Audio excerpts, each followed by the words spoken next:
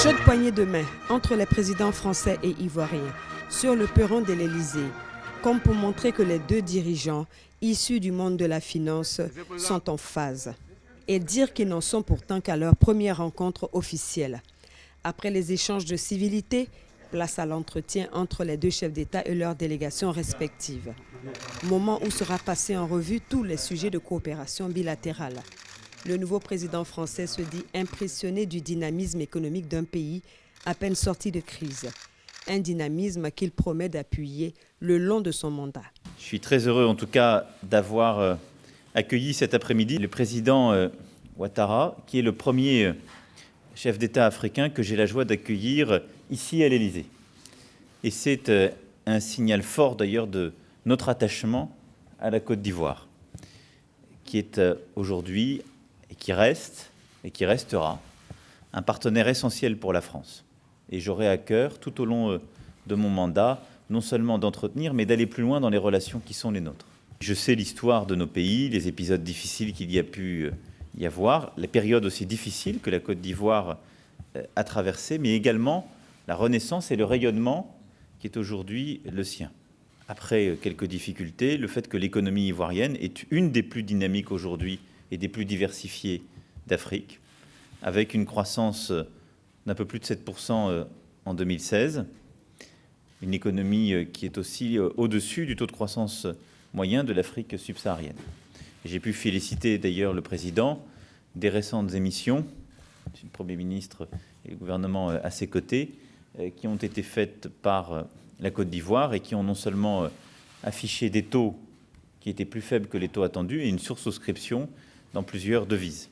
Ce qui montre bien là aussi que la communauté internationale perçoit ce dynamisme ivoirien. La France accompagnera cette transformation, cette modernisation économique. Nous restons aujourd'hui le premier partenaire bilatéral en faveur de la Côte d'Ivoire et nous souhaitons non seulement consolider, mais bien évidemment renforcer ce rôle. Lutte contre le terrorisme et le réchauffement climatique, deux autres sujets au cœur de cette rencontre de haut niveau. Là encore, Emmanuel Macron assure que le soutien de la France ne fera pas défaut à son partenaire ivoirien. Nous avons un défi qui est la lutte contre le terrorisme et la sécurité de nos pays et de la région. Et à ce titre, nous renforcerons dans les prochaines semaines et les prochains mois, de manière très concrète, nos partenariats en matière de coopération militaire, de renseignement, de formation militaire. Et je considère aussi que nous devons donner une composante préventive à travers une coopération plus forte en matière éducative. Et là-dessus, nous prendrons des mesures très concrètes. Le deuxième défi qui est le nôtre, c'est le défi climatique. Nous l'avons évoqué, je remercie le président d'ailleurs à la fois d'avoir réaffirmé son engagement fort pour l'accord de Paris, mais d'avoir aussi réaffirmé les efforts de la Côte d'Ivoire dans ce cadre. Nous devons ensemble décider de mesures et de projets concrets qui vont en ce sens. Projets de transport urbain, projets d'assainissement de l'eau, projets d'innovation qui permettent d'accompagner ces transformations, en particulier de l'économie ivoirienne, et qui, de manière concrète, accompagnent un engagement diplomatique avec une transformation économique et sociale. Et donc la France accompagnera tout particulièrement ces projets et souhaite participer à ces derniers dans le cadre de la transformation de l'économie de la société ivoirienne. Nous saluons votre position et vos déclarations sur l'accord de Paris. Nous considérons que le climat est un domaine essentiel pour les pays africains et par conséquent, nous avons ratifié l'accord de Paris et les instruments ont déjà été déposés aux Nations Unies et nous voulons vous encourager à garder ce leadership dans le monde pour améliorer la situation donc, de l'ensemble de la planète. Nous avons évoqué également les questions sécuritaires, mais également régionales. Je voudrais vous féliciter pour le voyage que vous avez effectué au Mali, à Gao. C'était un moment important de donner de l'assurance et l'espoir aux populations, non seulement du Mali, mais de l'ensemble de la sous-région, car la lutte contre le terrorisme n'est pas limitée à un pays ou à une ville, mais à toute une région et même, je dirais, à la planète entière. Nous sommes d'avis que cette lutte doit être renforcée au niveau international et nous sommes déterminés à jouer la part qui est la nôtre.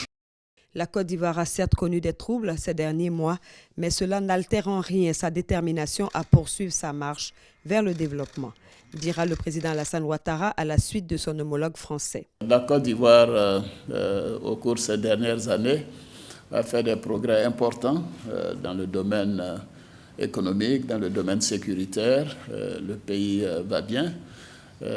Bien évidemment, nous avons, au cours des derniers mois, subi des chocs intérieurs et extérieurs qui rendent la gestion économique plus compliquée. Mais malgré cela, nous pensons pouvoir maintenir un taux de croissance d'environ 7%, comparé à la moyenne de 9% que nous avons connue au cours des 5 dernières années. C'est dire que la gestion macroéconomique et notre volonté de réduire la pauvreté sont effectivement en train de prendre et qu'au cours des prochaines années, la Côte d'Ivoire continuera d'être un modèle de bonne gouvernance, de bonne gestion.